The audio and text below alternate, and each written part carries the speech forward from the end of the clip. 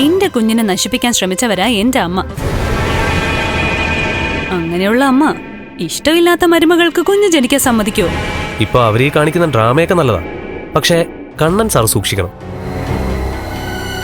അദ്ദേഹത്തിന്റെ ചുറ്റിനുള്ളവരൊക്കെ അദ്ദേഹം ജീവിച്ചിരിക്കരുതെന്ന് ആഗ്രഹിക്കുന്നവരാ. കണ്ണേട്ടനും ലക്ഷ്മിയേട്ടത്തിയും തമ്മിൽ വേർപിരിഞ്ഞു നിൽക്കുന്നതുകൊണ്ടേ കണ്ണേട്ടനെ അവരൊക്കെ കൂടുതൽ സ്നേഹിക്കത്തേ ഉള്ളൂ. ഇപ്പൊ എന്റെ അമ്മയ്ക്കും ആങ്ങളയ്ക്കും ഒക്കെ കണ്ണേട്ടനോടുള്ള സ്നേഹം കൂടിയിട്ടുണ്ട്. എന്ന് മാത്രമല്ല, മറ്റൊരു അത്ഭുതം കൂടി അവിടെ നടന്നു. പിണങ്ങി പിരിഞ്ഞു നിന്ന ഭാര്യ ഭർത്താവിനൊപ്പം ചേർന്നു. കരുണേടത്തിയുടെ കാര്യമാണ് ഞാൻ പറഞ്ഞത്. അവര് പെട്ടിയും പ്രമാണവും എടുത്തോണ്ട് വീണ്ടും ഉണ്ണിയേട്ടനോടൊപ്പം താമസം തുടങ്ങി ഞങ്ങളുടെ തറവാട്ടില്. അല്ല, ഈ നാടകം കൊണ്ട് അങ്ങനെ ഒരു ഗുണം ഉണ്ടായല്ലേ? ലക്ഷ്മിയെടുത്തി കണ്ണേട്ടനോടൊപ്പം തലയെടുപ്പോടെ ജീവിക്കുന്നത് അവർക്കിഷ്ടമല്ല. അവരുടെ ജീവിതം ഏതാണ്ട് പൊലിഞ്ഞു പോയെന്ന് മനസ്സിലായതോടെ അവർക്ക് ആത്മവിശ്വാസം കൂടി. ഇതൊക്കെ ഏത് യുഗത്തിലാ ജീവിക്കുന്നെന്ന് മനസ്സിലാവുന്നില്ല. പറഞ്ഞിട്ട് കാര്യമില്ല മഞ്ജു. നീയും ഞാനും ഒക്കെ ഒരു സമയത്ത് അങ്ങനെ തന്നെ ആയിരുന്നല്ലോ. പിന്നെ നന്മയുള്ള ആൾക്കാരുമായിട്ട് കൂട്ടുകൂടിയ നമ്മൾ നന്നാവും. ഞാൻ വൈകിട്ട് നേരത്തെ വരാം.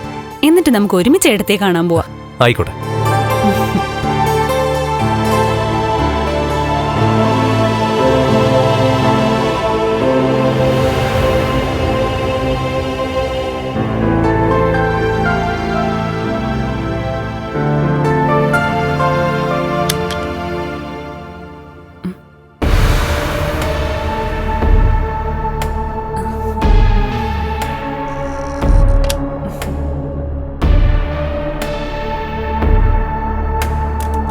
അറിഞ്ഞോ കാര്യങ്ങള്? നിന്റെ ഈ കസേര സംരക്ഷിക്കാനേ ഇനിയൊരുത്തി വരുമെന്ന് പറയാൻ പറ്റില്ല. അവര് തേച്ചെന്ന് പറഞ്ഞാ പോരാ, തേച്ചൊട്ടിച്ചു കണ്ണേണ്ണ. ഇവിടെ കണ്ണേട്ടനെയും ലക്ഷ്മിയിടത്തെയും പോലെ ഞാനും നന്നായിട്ട് അഭിനയിച്ചേ പറ്റൂ. അവര് ശരിയല്ല എന്ന് പറഞ്ഞപ്പോ ദേവതയാക്കി കൂടെ കൂട്ടിയിരിക്കായിരുന്നല്ലോ ഒരാള്. എന്നാലും അവരിത്ര ചീപ്പാവൂന്ന് ഞാൻ കരുതിയില്ല. അർഹതയില്ലാത്ത സ്ഥാനത്ത് അവരെ കൊണ്ടിരുത്തി. ഇപ്പോ സ്വത്തിന്റെ പകുതി അവരുടെ പേരിലുമായി. അല്ല, അതിനെ തിരികെ എഴുതി വാങ്ങിക്കാൻ പറ്റൂ ഉണ്ണിയേട്ടാ? അതെങ്ങനെങ്കിലും വാങ്ങിച്ചല്ലേ പറ്റൂ. അവരെ കൊന്നിട്ടായാലും കണ്ണേട്ടന് അവകാശപ്പെട്ടതൊക്കെ കണ്ണേട്ടന്റെ പേര് തന്നെ കിടക്കണം. അവരിപ്പോ എവിടെയാ ഉള്ളത്? അവിടെ തന്നെ, ആ അനന്തുവിന്റെ വീട്ടില്. അയാൾ എന്തൊരു മനുഷ്യനാണെന്നാ ഞാൻ ആലോചിക്കുന്നത്. ഒന്നുമല്ലേലും കണ്ണേട്ടന്റെ അടുത്ത കൂട്ടുകാരനല്ലായിരുന്നോ? അപ്പൊ കണ്ണേട്ടനെ വഞ്ചിച്ചൊരുത്തിയെ കൂടെ താമസിപ്പിക്കാൻ പാടുണ്ടോ? ഇനി അവരുടെ വയറ്റി കിടക്കുന്ന കുഞ്ഞ് അയാളുടെ ആണെന്ന് പറയാനും പറ്റില്ല. ഏയ്, അങ്ങനെയെങ്കിൽ ലേഖേച്ചി അവരവിടെ കേറ്റി താമസിപ്പിക്കോ? എടി, ഈ ലേഖ എന്ന് പറയുന്നവർക്ക് കുട്ടികളില്ലാത്തോണ്ട് അവര് കുറെ കാലമായിട്ട് കുട്ടികളെ വേണമെന്ന് പറഞ്ഞ് നടക്കുക. അതുകൊണ്ട് ഭർത്താവ് ഒരു തെറ്റ് ചെയ്താ ചിലപ്പോ അവരെ ക്ഷമിക്കാനുള്ള സാധ്യത ഉണ്ട്. അല്ല, ഇതിനായിരുന്നോ ഹണിമൂൺ ട്രിപ്പെന്നും പറഞ്ഞ് കണ്ണേട്ടനെയും മഹാലക്ഷ്മിയും കൂട്ടിക്കൊണ്ടു പോയതെന്നും അറിയത്തില്ല. ആ യാത്രയ്ക്ക് ശേഷമാണല്ലോ അവർക്ക് വിശേഷം ഉണ്ടായത്. അല്ല, ഇടക്കാലത്ത് ഏട്ടനേക്കാൾ സ്നേഹമായിരുന്നല്ലോ നിനക്ക് അവരോട്. ഇപ്പൊ എന്തു പറയുന്നു? ഏട്ടനെ ജീവനോടെ കത്തിച്ചൊരുത്തിയെ എനിക്ക് സ്നേഹിക്കാൻ പറ്റില്ല. ഇനി നമ്മളൊക്കെ ആഗ്രഹിച്ച പോലെ എല്ലാം തിരിച്ചു പിടിക്കണോടി. കരുണ തിരികെ എത്തിയിട്ടുണ്ട്. ഇനി ഞങ്ങൾക്ക് ജനിക്കുന്നൊരു കുഞ്ഞിനെ കണ്ണേണ്ണ കൊടുക്കണം. അല്ലാതെ ഇനി രണ്ടാമതൊരു കല്യാണത്തെ പറ്റി ചിന്തിക്കാനേ പറ്റില്ല. കേറി വരുന്നതൊക്കെ ഇതുപോലുള്ള ഇനങ്ങളല്ലേ?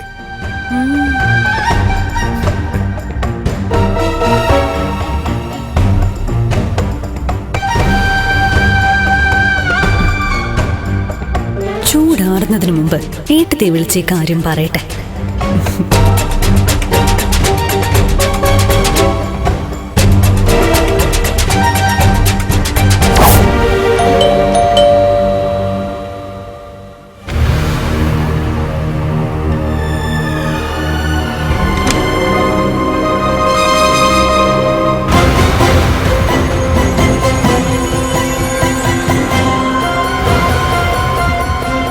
നീയായിരുന്നോ? ഞാൻ ഒറ്റയ്ക്കല്ല, കൂടെ വേറൊരാളും കൂടി ഉണ്ട്. എടാ, ഏട്ടത്തിയാണോ? അല്ല, ഏടത്തിയുടെ മോള. എടി മോളെ, ഇങ്ങോട്ട് കേറി വാ.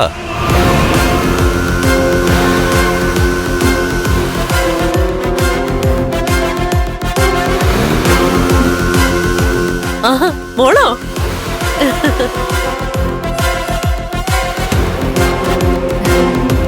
മോളെ, ഞാൻ ഏട്ടത്തിയോട് പറഞ്ഞായിരുന്നു മോളെ ഇങ്ങോട്ട് പറഞ്ഞു വിടണോന്ന്.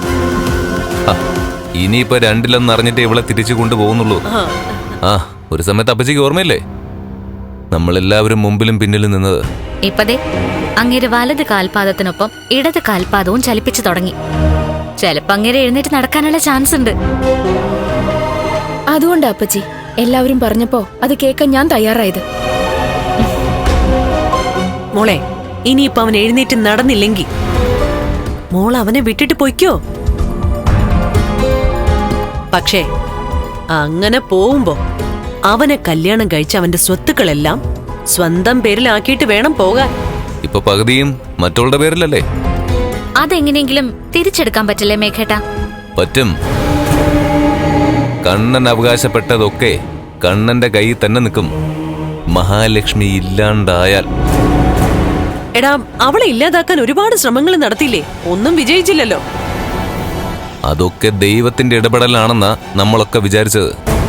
എന്നാ നമ്മുടെ പ്രാർത്ഥന കൊണ്ട് ഇപ്പൊ നമ്മള് പോലും അറിയാതെ അവര് തമ്മിൽ വേർപിരിയാനുള്ള കാരണം ദൈവം ഒരുക്കി തന്നു.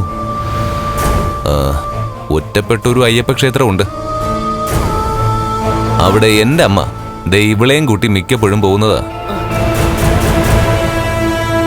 അതേ അമ്പലത്തില് കരുണയുടെ അച്ഛനും മുത്തച്ഛയൊക്കെ വരുന്നുണ്ട്. അവിടെ വെച്ചിട്ടാണ് ഇടയ്ക്ക് മഹാലക്ഷ്മി അവരൊക്കെ കണ്ടത്. പക്ഷേ അവള് സ്ഥിരം പോകുന്ന അമ്പലം അല്ലത്. എടാ, അതൊരു ഉഗ്രശക്തിയുള്ളൊരു അയ്യപ്പ ക്ഷേത്രം മോനെ. അതുകൊണ്ടാ അവളുടെ കയ്യിലുള്ള ആ അയ്യപ്പ വിഗ്രഹത്തിന്റെ ശക്തിയെ അങ്ങ് ക്ഷയിച്ചു പോയത്. എടാ മോനെ, ഇനി എനിക്കും ആ ക്ഷേത്രത്തിലോട്ടൊന്ന് പോണം. എനിക്ക് എന്റെ അപ്പച്ചി എപ്പോഴാണെന്ന് വെച്ചാ അങ്ങ് പറഞ്ഞാ മതി, നമുക്ക് പോവാലോ. അതല്ലെങ്കിൽ ഉണ്ണിയോട് പറഞ്ഞ അവനെങ്കിലും കൊണ്ടുപോവല്ലോ. പിന്നെ ദേ ഇവള് പോയിട്ടുണ്ട്, അല്ലെങ്കിൽ ഇവളെയും കൂട്ടി പോവല്ലോ. അവിടുത്തെ പൂജയും കാര്യങ്ങളെല്ലാം ഇവക്കും അറിയാം. എന്റെ മോളെ, ദേ ഇനി കണ്ണന്റെ കാര്യങ്ങളൊക്കെ നീ വേണം നോക്കാൻ. കണ്ണൻ എങ്ങോട്ട് തിരിഞ്ഞാലും നീ കൂടെ വേണം. അവനിപ്പോഴേ മഹാലക്ഷ്മി വഞ്ചിച്ചതിന്റെ ഞെട്ടലിലാ. അതീന്നൊന്ന് മുക്തനാകാൻ നിന്റെ വരവ് സഹായിക്കും. പറഞ്ഞു കേട്ടില്ലടി, ഇത് നല്ലൊരു ചാൻസാ. എടി, നമ്മളൊക്കെ മോഹിച്ച കമലേശ്വരം ഗ്രൂപ്പ് ഓഫ് കമ്പനീസ് നമ്മുടെ കയ്യിലോട്ട് കിട്ടാൻ ഇതിനപ്പുറം ഒരു അവസരം ഇനി വരാനില്ല. കൺസ്ട്രക്ഷൻ കമ്പനി ഉണ്ണി നോക്കട്ടെ, ജ്വല്ലറി ഞാൻ നോക്കിക്കോളാം. പിന്നെ ഫൈനാൻസിയേഴ്സും മറ്റ് ബിസിനസ്സുകളും കരുണയും നീയും കൂടെ അങ്ങ് ഭരിച്ചോ. അതോടെ നമ്മുടെ എല്ലാ സങ്കടവും അങ്ങ് തീരും. കേട്ടല്ലോ സ്വാതി, ഇനി നീ അല്ലാതെ മറ്റൊരു പെണ്ണും കണ്ണേട്ടന്റെ ജീവിതത്തിൽ ഉണ്ടാവരുത്. മഹാലക്ഷ്മി ഒരിക്കലും ഇനി മടങ്ങി വരരുത്. അങ്ങനെ ശക്തമായൊരു തീരുമാനം എടുത്തിട്ട് തന്നെയാ ഏട്ടത്തി ഞാൻ മേഘേട്ടനോടൊപ്പം വന്നത്. അല്ല, കണ്ണൻ മുകളിലില്ലേ? ഉണ്ട്. അതുകൊണ്ടല്ലേ ഞാൻ ശബ്ദം താഴ്ത്തി സംസാരിച്ചത്. ഞാൻ അവനെ ഒന്ന് കാണട്ടെ. കണ്ടിട്ട് അവന്റെ രക്തം ഒന്നുകൂടെ അങ്ങ് തിളപ്പിക്കട്ടെ. ചെല്ല് ചെല്ല് ചെല്ല്.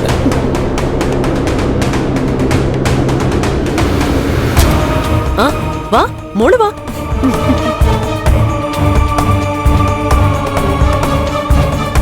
മോളെ, മോളെ കൊഞ്ചിച്ച് അച്ഛനും അമ്മയും കൂടെ വളർത്തിയതുകൊണ്ടേ മോൾക്കാരെയും സ്നേഹിച്ച് കീഴ്പ്പെടുത്താനൊന്നും അറിയില്ലെന്നറിയാം. എങ്കിലുവേ ഇവിടെ മോള് കുറച്ച് അഭിനയിച്ചേ പറ്റൂ. അറിയാവല്ലോ, കണ്ണന്റെ മനസ്സിലോട്ട് ഒരാള് കേറാൻ വലിയ പാടാ. പക്ഷേ മോള് തുളച്ചങ്ങ് കേറണം. പിന്നെ അവന്റെ മനസ്സിന്റെ ഒരു കോണിൽ പോലും അവളുണ്ടാവാൻ പാടില്ല, ആ മഹായക്ഷി.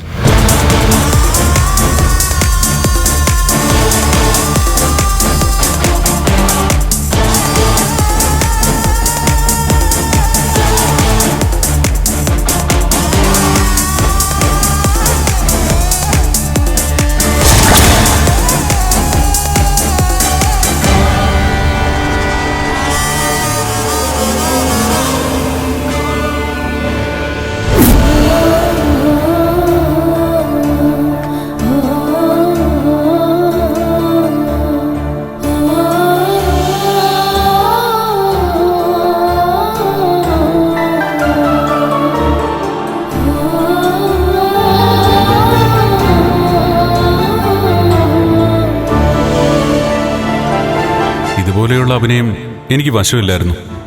എന്തായാലും അതെന്നെ പഠിപ്പിച്ചത് എൻ്റെ വീട്ടുകാർ തന്നെയാ.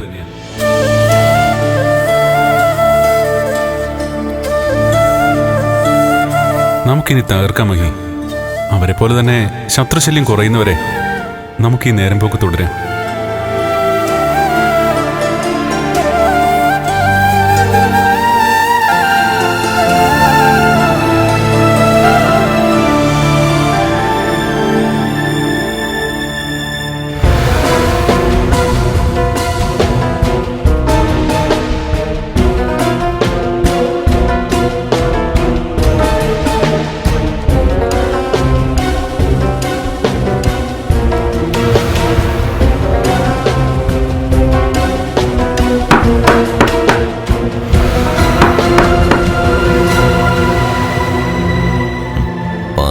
ഇപ്പൊ കഥകടച്ചകത്തിരുന്ന് കരയുമായിരിക്കും.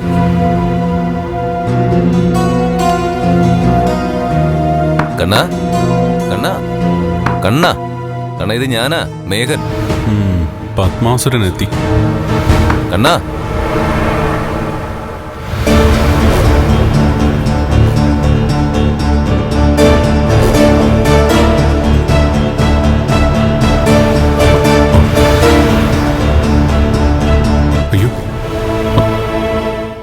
പെട്ടുപോയനെ. കണ്ണാ കണ്ണ, ഇത് മേഘനാ. വാതിലോർക്ക്.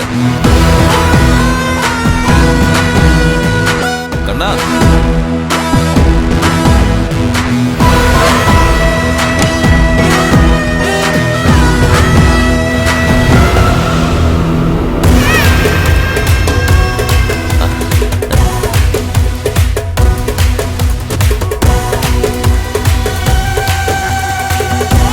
എന്റെ കണ്ണ, നീ ഇങ്ങനെ ഡോറ് കുറ്റിയിട്ടിരുന്ന ചിലപ്പോ നിനക്ക് തുറക്കാൻ പറ്റിയില്ലെങ്കിലോ? ഞാൻ പൂട്ടിയിട്ടിരിക്കായിരുന്നു.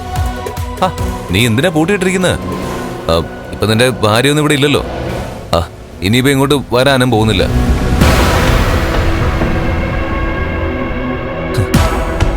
എന്റെ കണ്ണ, ഞാൻ പറഞ്ഞില്ലേ അവളൊരു 1.5 തേപ്പ് തേച്ചിട്ട് പോവൂന്ന്. ഇത് നിന്നെ തേച്ച് വലിച്ചു കീറി ഭിത്തിയിൽ ഒട്ടിച്ച് കളഞ്ഞല്ലോടാ.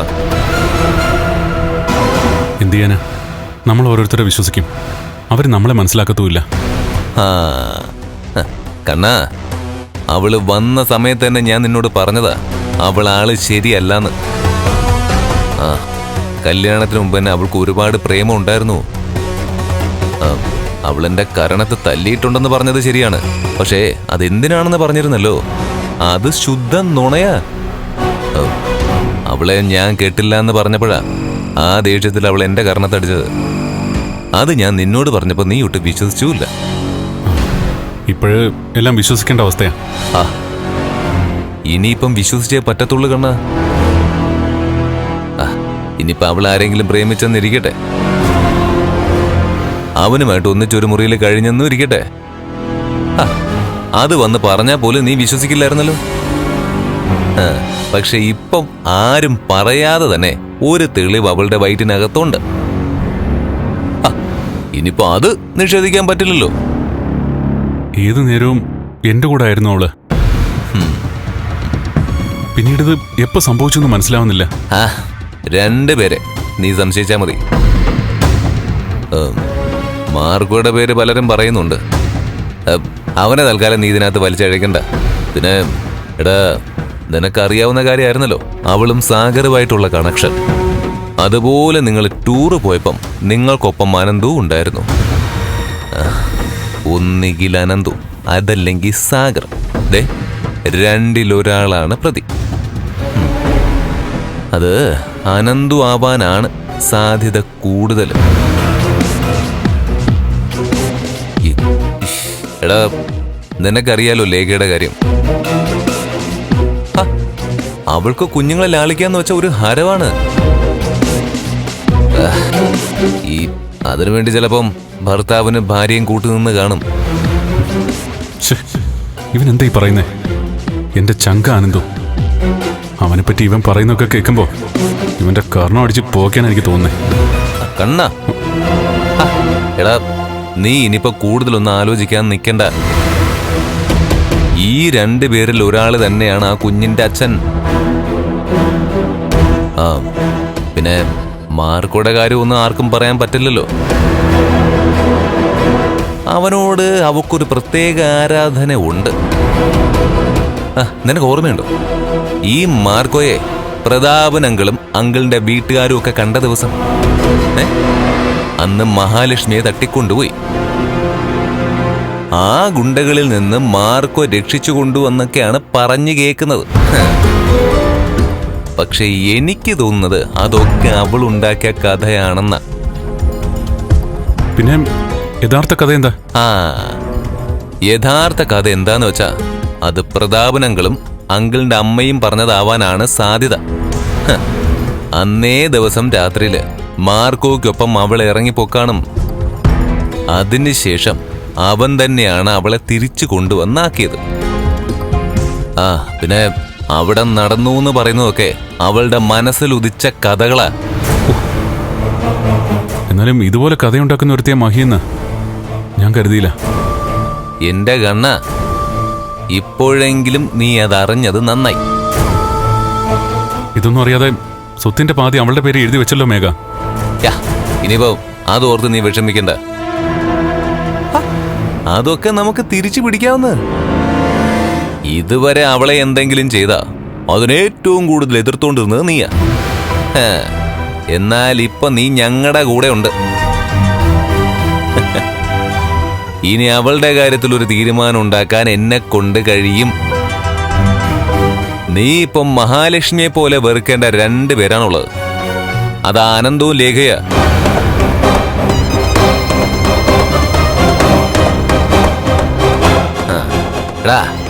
നീ ഒന്ന് ആലോചിച്ച് നോക്കിയടാ. ഉണ്ണിയേക്കാളും നിനക്ക് ഇഷ്ടമായിരുന്നു അനന്തുവിനെ. അങ്ങനെയുള്ളവൻ ഇമാതിരി പണി കാണിക്കാൻ പാടുണ്ടോ? ഹോസ്പിറ്റലിൽ നിന്ന് അവനും അവന്റെ ഭാര്യയും കൂടെ അല്ലേ അവളെ ഇപ്പൊ വീട്ടിലേക്ക് കൂട്ടിക്കൊണ്ട് പോയിരിക്കുന്നത്. അവൻ നിന്റെ ചങ്കായിരുന്നെങ്കിൽ ഇങ്ങനെ ചെയ്യാൻ പാടുണ്ടോ? പറ. ഇവർക്കൊക്കെ എന്താ പറ്റിയെന്ന് മനസ്സിലാവുന്നില്ലല്ലോ മേഘ. പറ്റിയത് ഞങ്ങൾക്കൊക്കെ മനസ്സിലായി. നിനക്കിപ്പോഴിത് വിശ്വസിക്കാൻ പറ്റുന്നില്ല. എടാ, ഇവരെല്ലാം നിന്റെ സ്വത്തും പണവും മുന്നിൽ കണ്ടിട്ടാണ് നിന്നെ സ്നേഹിച്ചിരുന്നത്. ഞങ്ങളൊക്കെയാണ് നിന്റെ കൂടെ നിന്നത്. എന്താ, മഹാലക്ഷ്മി വരുന്നതിന് മുമ്പ് ബിസിനസ് ഒക്കെ നന്നായിട്ട് തന്നെയല്ലേ പോയിക്കൊണ്ടിരുന്നത്. അന്ന് ബിസിനസ് നന്നായി പോയെങ്കിലേ അന്നൊക്കെ ഞാൻ കല്യാണം കഴിക്കില്ലെന്നാ നീയൊക്കെ കരുതിയ. നിനക്കൊക്കെ സ്വത്ത് വരുമെന്ന് കരുതിയ നീയൊക്കെ കമ്പനിയെ സ്നേഹിച്ചത്. നീ ഇങ്ങനെ ഒന്നും ആലോചിക്കല്ലേ കണ്ണ. നിന്റെ ഇപ്പോഴത്തെ സ്വഭാവം ഞങ്ങൾക്കൊക്കെ പേടിയാ. ഒരുത്തിയായിട്ട് കുടുംബജീവിതം നയിക്കാൻ പറ്റിയില്ലെങ്കിലും ശരി, നീ അവളെ ഹൃദയത്തിൽ വെച്ചുകൊണ്ട് നടക്കുക. അതുകൊണ്ട് ഇനി എല്ലാ തെറ്റുകളും ക്ഷമിച്ച് നീ അവളെ തിരിച്ചു വിളിക്കുമെന്ന് പോലും ഞങ്ങൾക്ക് പേടിയുണ്ട്. ഞാനോ? എന്റെ സ്വഭാവം നിനക്ക് അറിയാലോ മേഘ. ആണായാലും പെണ്ണായാലും വിശ്വാസവഞ്ചന കാട്ടിയാ അവരെ പിന്നെ ഞാൻ അടുപ്പിക്കില്ല. നിന്നെ ഞാൻ അകറ്റി നിർത്തിയത് അതുകൊണ്ടാ. പക്ഷേ ഇപ്പൊ ഞാൻ വിശ്വസിച്ചിരുന്ന എന്റെ ഭാര്യ നിങ്ങളെക്കാളൊക്കെ താഴെയായപ്പോ നിങ്ങളൊക്കെ ചെയ്ത അത്ര വലിയ തെറ്റാണെന്ന് എനിക്കിപ്പോ തോന്നുന്നില്ല.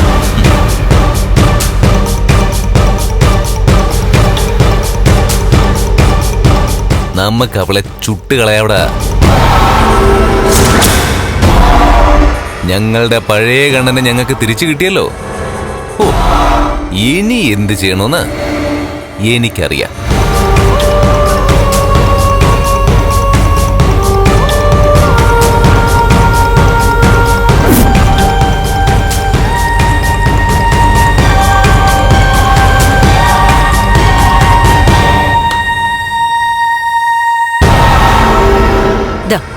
ഇത് കൊണ്ടുപോയി അവന് കൊടുക്ക്. എന്നിട്ട് മോളടിച്ച് ജ്യൂസാണെന്ന് പറ. ഒരു ജ്യൂസ് പോലും നിനക്കുണ്ടാക്കാൻ അറിയില്ലെന്ന് എനിക്കറിയാം. എങ്കിലേ അത്യാവശ്യം ഇത്തരം കാര്യങ്ങളൊക്കെ പഠിച്ചു എന്ന് അവനെ ധരിപ്പിക്കണം മോളെ. അറിയാമല്ലോ അവന്റെ സ്വഭാവം. പുറത്തുനിന്ന് ഫുഡ് കഴിക്കുന്നത് അവന് ഇഷ്ടമേ അല്ല. വീട്ടിലുണ്ടാക്കുന്നതേ ഇറങ്ങൂ. അതുകൊണ്ട് ഇനി എന്റെ കൂടെ നിന്ന് എല്ലാം പഠിച്ചോളണം. പിന്നെ ഭക്ഷണം കഴിക്കാൻ ഇരിക്കുമ്പോഴൊക്കെ കറികളൊക്കെ നീ ഉണ്ടാക്കിയതാണെന്ന് ഞാനങ്ങ് പറഞ്ഞോളാം. ശരി അപ്പച്ചി. പറഞ്ഞതെല്ലാം ഓർമ്മയുണ്ടല്ലോ. അനുനയത്തിൽ അങ്ങ് നിന്നോളണം. ഇനി ഒരു കാരണവശാലും മോളല്ലാതെ ഒരു പെൺകുട്ടിയും അവന്റെ ജീവിതത്തിലേക്ക് കയറി വരരുത്. അതുപോലെ തന്നെ അവന്റെ മനസ്സീന്ന് പടിയിറക്കി വിട്ടവള് ഇനി തിരികെ വരാനും പാടില്ല. ഇപ്പോഴും ഞാൻ പൂർണ്ണ മനസ്സോടെ അല്ലല്ലോ അപ്പച്ചി വന്നിരിക്കുന്നത്. അതെനിക്കറിയാം മോളെ. അവന്റെ കാലിന് സ്വാധീനം തിരിച്ചു കിട്ടുകയാണെങ്കിൽ നിന്റെ മനസ്സ് മാറും. തിരിച്ചു കിട്ടിയില്ലെങ്കിൽ നീ അവനെ കെട്ടിയിട്ടങ്ങ് കളഞ്ഞേക്ക്. അങ്ങനെ കളയുമ്പോ അവന്റെ പേരിലുള്ളതെല്ലാം നിന്റെ പേരിലായിരിക്കണം.